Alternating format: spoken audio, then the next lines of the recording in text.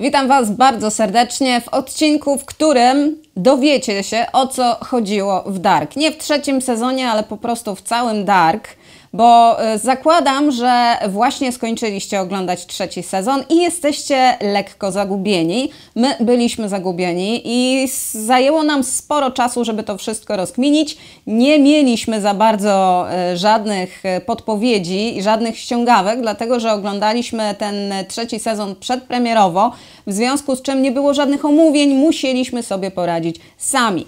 Zanim przejdę do szczegółowego omówienia, i tutaj muszę Was ostrzec, że będę sporo czytała, dlatego że nie chcę popełnić błędu. To jest złożone, to będzie dosyć długo trwało i chcę, żeby było też stosunkowo szybko, więc zanim przejdę do tego omówienia, to chciałabym jeszcze powiedzieć, czego nie znajdziecie w tym materiale. Nie znajdziecie takich szczegółowych rozkmin dotyczących jakichś artefaktów, jakichś timeline'ów, tego, kto był czyim ojcem, matką, siostrą, babcią i tak dalej.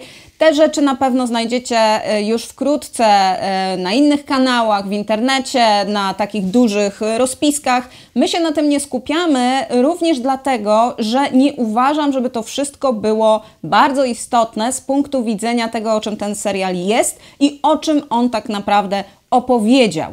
Na pewno detale są satysfakcjonujące, ale mogą też nam zamglić w pewnym sensie i popsuć dojście do sedna Dark, czyli do tego głównego wątku przewodniego. Jeszcze jedna rzecz, mianowicie chciałam Was bardzo serdecznie zachęcić do, po pierwsze, obejrzenia recenzji, która jest na kanale, a także do oglądania Śladami Dark, które nakręciliśmy niedawno dzięki Waszemu wsparciu na Patronite, za co Wam ogromnie dziękujemy. Odcinek już wkrótce pojawi się na kanale.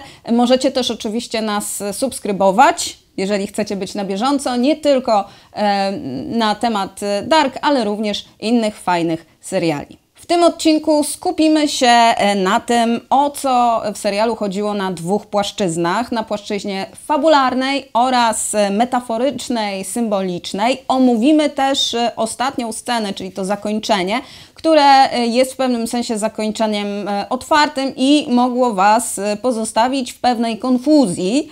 Będą oczywiście spoilery, spodziewajcie się tego. My już tutaj w tym momencie się nie ograniczamy, tylko mówimy, jak jest. Będzie to dosyć obszerne, ale i tak w pewnym sensie uproszczone wytłumaczenie tego, co się wydarzyło na przestrzeni 3 sezonów, w tych 3 cyklach i w 3 światach. Teraz to możemy sobie już otwarcie powiedzieć. Przy czym oczywiście musimy też pamiętać, że tylko jeden z tych światów był prawdziwy, a 2 pozostałe były wynikiem błędu.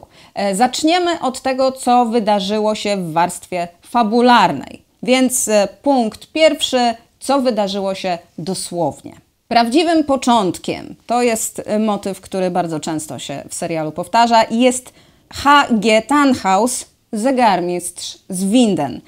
To od niego się wszystko zaczęło i już po pierwszym sezonie fani Dark zwracali uwagę na to, że jego nazwisko nawiązuje do osoby Herberta George'a Wellsa, który w 1895 roku napisał książkę Wehikuł czasu i była to pierwsza w historii powieść, która opowiadała o podróżach w czasie.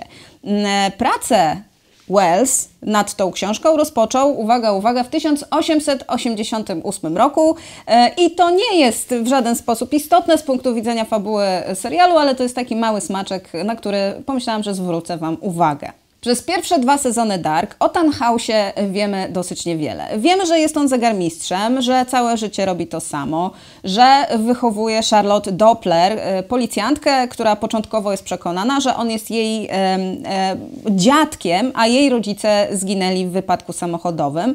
W rzeczywistości dowiadujemy się, że Charlotte jest dzieckiem paradoksem. Przyszła na świat jako córka podróżujących w czasie Noah oraz Elizabeth, która jest jej córką.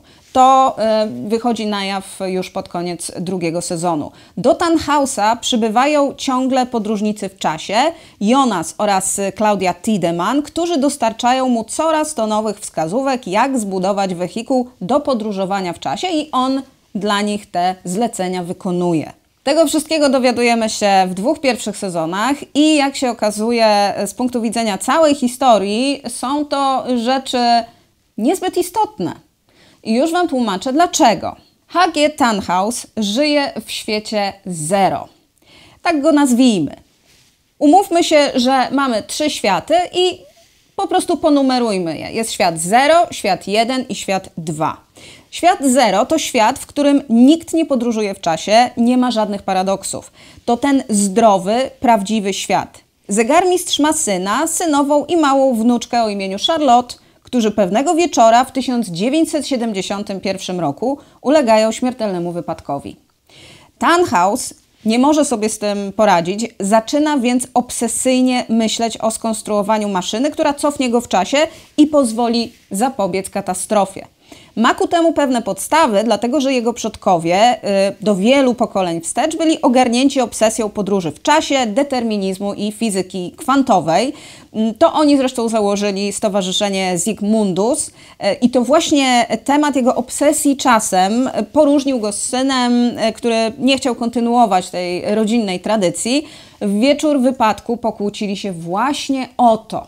Zrozpaczony Tannhaus ma więc wreszcie pretekst, taki bardzo mocny powód, żeby przestać teoretyzować na temat podróży w czasie, tylko po prostu naprawdę wziąć się za budowę maszyny i cofnąć czas. Samodzielnie buduje więc w latach 1974-1986 w schronie specjalne urządzenie. Uruchamia je 21 czerwca 1986 roku i wtedy dochodzi do stworzenia obu światów. A konkretnie do zniszczenia świata 0 i rozszczepienia go na 2 inne światy, w których każdy jest błędny i każdy w pewnym sensie przecieka przez czas. Są w nich dziury, przez które podróżują ludzie, coraz bardziej komplikując sytuację i się wzajemnie unieszczęśliwiając. To też jest bardzo istotny aspekt tej historii. Tak rodzi się świat pierwszy, czyli świat Jonasa Kahnwalda, w którym mały Mikkel Nielsen przenosi się z 2019 roku do 1986, gdzie zostaje adoptowany przez Ines Kahnwald i wyrasta na dużego Michaela, który żeni się z Hanną Krüger i zostaje ojcem Jonasa. A także tak powstaje świat drugi, w którym Jonasa nigdy nie było.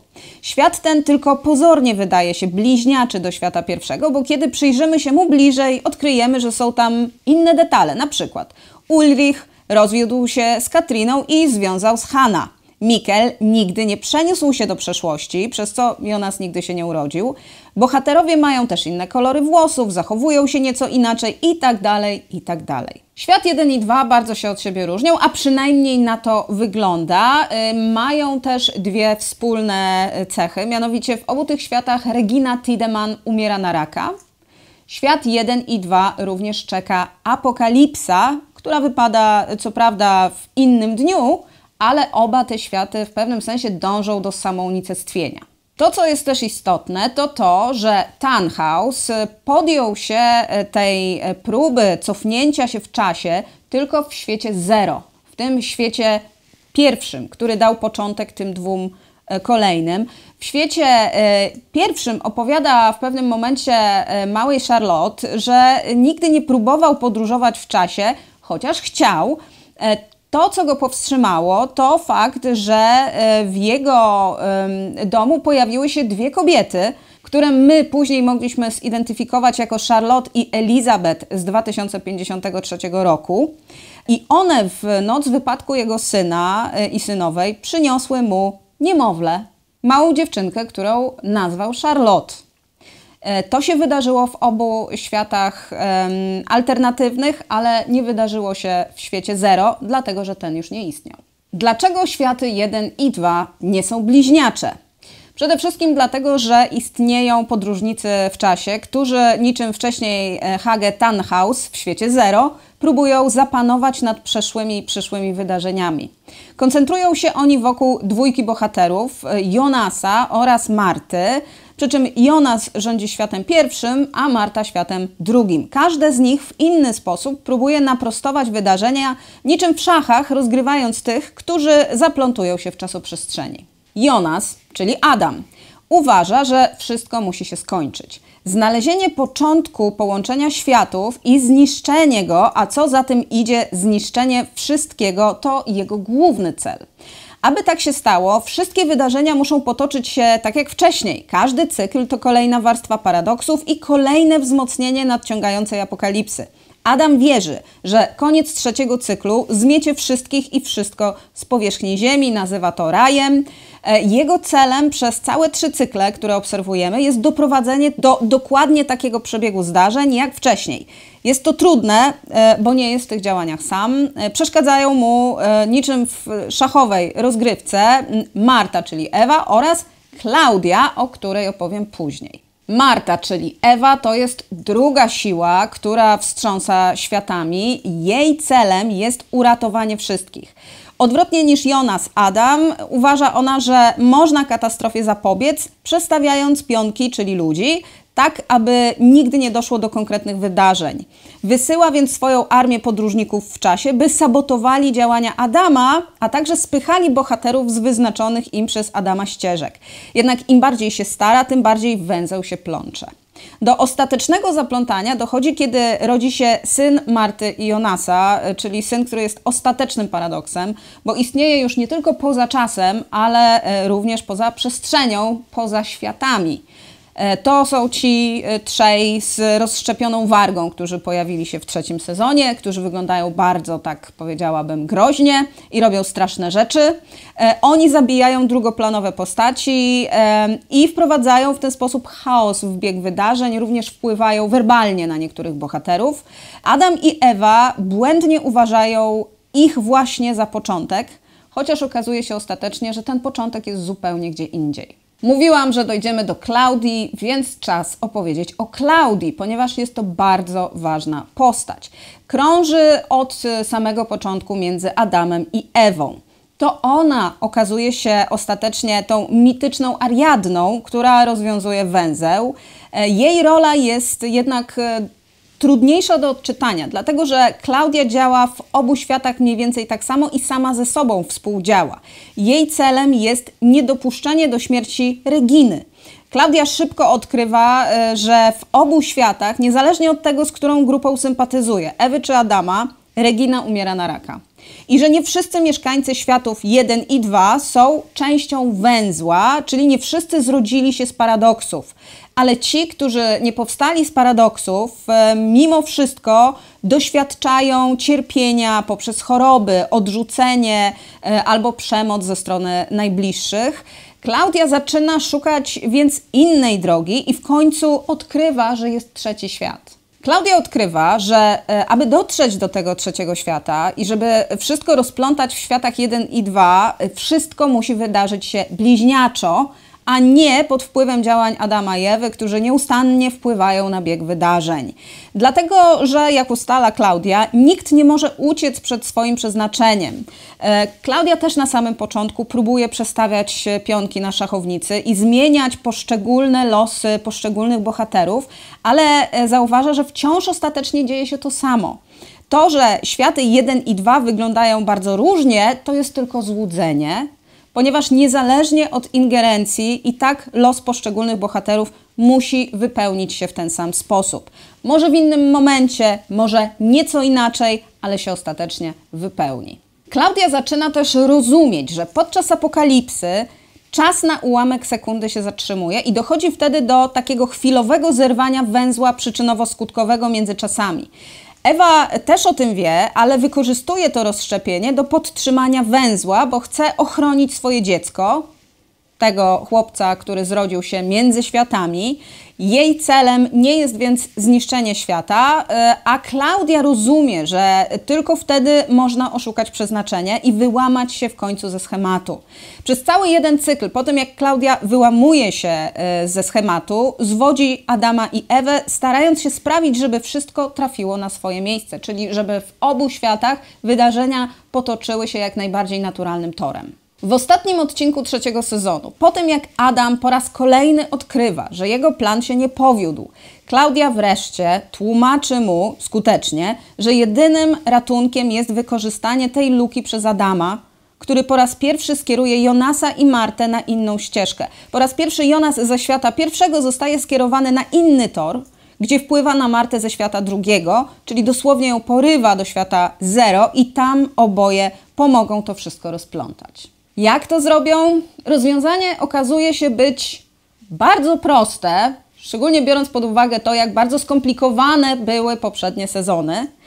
Tylko to rozwiązanie wymaga jednej rzeczy. Trzeba się pogodzić ze stratą obu światów, stratą samych siebie, stratą najbliższych. Aby zapobiec wszystkiemu, co się wydarzyło w tych sezonach, które oglądaliśmy w Dark, trzeba po prostu nie dopuścić do wynalezienia podróży w czasie. To z kolei stanie się, jeżeli w świecie 0 nigdy nie dojdzie do wypadku, który pchnął Tannhausa do zbudowania maszyny i rozszczepienia światów. Marta i Jonas przenoszą się więc do świata 0, gdzie dokonują wreszcie tego, co było pierwotnym zamiarem Tannhausa, czyli zmieniają bieg wydarzeń i ratują jego syna przed śmiercią. To sprawia z kolei, że Tannhaus nie ma powodu, żeby ingerować w czas. Nigdy nie zbuduje maszyny czasu, nigdy więc nie dojdzie do rozszczepienia światów. Cały węzeł nie tyle się rozplątuje, ile po prostu znika. Znikają też bohaterowie, którzy w świecie 0 być może kiedyś się urodzą, ale nie będą już wynikiem błędu. Co ma miejsce w ostatniej scenie? Po pierwsze, ostatnia scena rozgrywa się w świecie 0. Osoby siedzące podczas ostatniej sceny to są mieszkańcy Winden, którzy urodzili się z tych rodzin, które nie były wynikiem żadnego paradoksu. To są ci bohaterowie, którzy po prostu mogą sobie spokojnie istnieć. I widzimy zupełnie inne pary. Przy stole siedzą Regina, jest ciężarna Hanna, która, uwaga, związała się z Torbenem Wollerem i urodzi prawdopodobnie małego Jonasa. Mamy Petera z Benim oraz Katrinę. W pewnej chwili gaśnie światło i znów się pojawia taki złowrogi klimat, no i pojawia się dziwna niepewność Hany. I tutaj pytanie, co ona może oznaczać? Jest to dosyć proste, jeżeli założymy, że każde wydarzenie ma dwa warianty i tutaj warto sobie przypomnieć paradoks Scotta Schrödingera, który cały czas się przewija przez serial, a polega to na tym, że kot zamknięty w pudełku ze śmiertelną trucizną jednocześnie żyje i nie żyje tak długo, jak nie potwierdzi się tego faktu, zaglądając do pudełka. Skoro Tannhaus w 1986 roku dokonał w świecie 0 rozszczepienia światów i jednocześnie zniszczył własny, to oznacza, że mieszkańcy świata 0 tego doświadczyli. Słowa Hany, która opowiada sen, w którym miała déjà vu, o tym, jak nagle zapadła ciemność, to jest opowieść właśnie o tym momencie zagłady świata 0. Sam fakt, że to opowiada, oznacza jednak, że do zagłady nie doszło, czyli Jonas i Marta zapobiegli tragedii, rodzina Tannhausa żyje. Jednym słowem, to oznacza, że nastąpił inny wariant tej opowieści.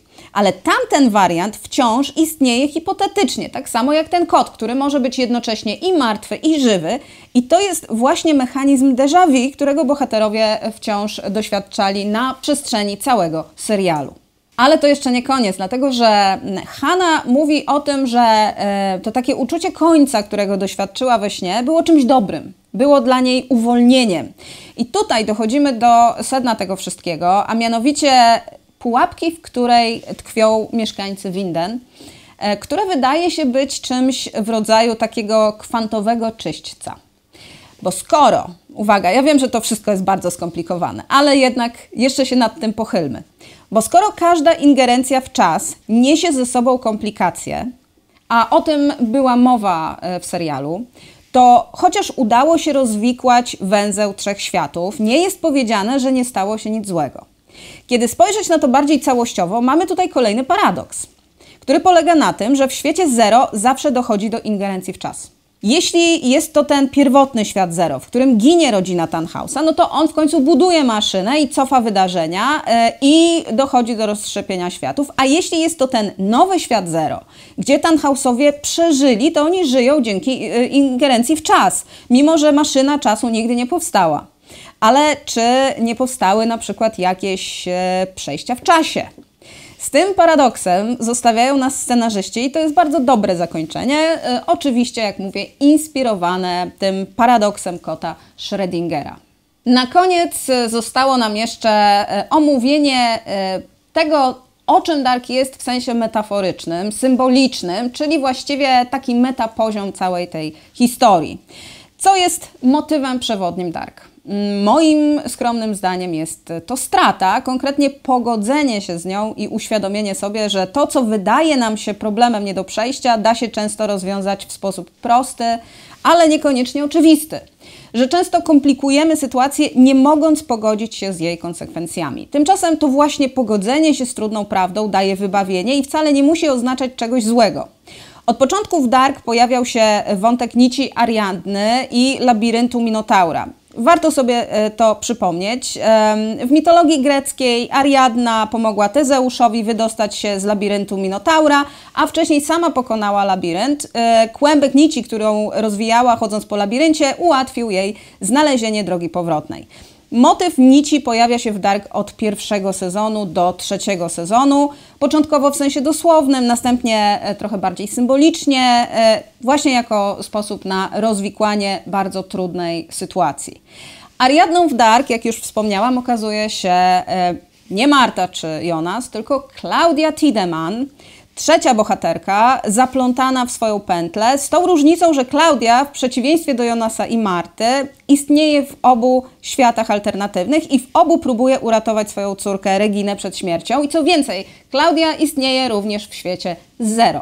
Ważny jest też aspekt etyczny, dlatego że w serialu każdy jest jakoś uwikłany, każdy popełnia błędy, ale każdy też ma swoją agendę w tej bardzo pogmatwanej historii. Jonas na przykład chce rozwikłać paradoks. Klaudia chce uratować córkę. Marta chce uratować syna, który zrodził się między światami, bo to jest chyba jej główny motyw już pod koniec tego wszystkiego. Noah chce odnaleźć Charlotte i tak dalej, i tak dalej. I to ból i nieumiejętność pogodzenia się z tym bólem sprawia, że oni wszyscy brną dalej.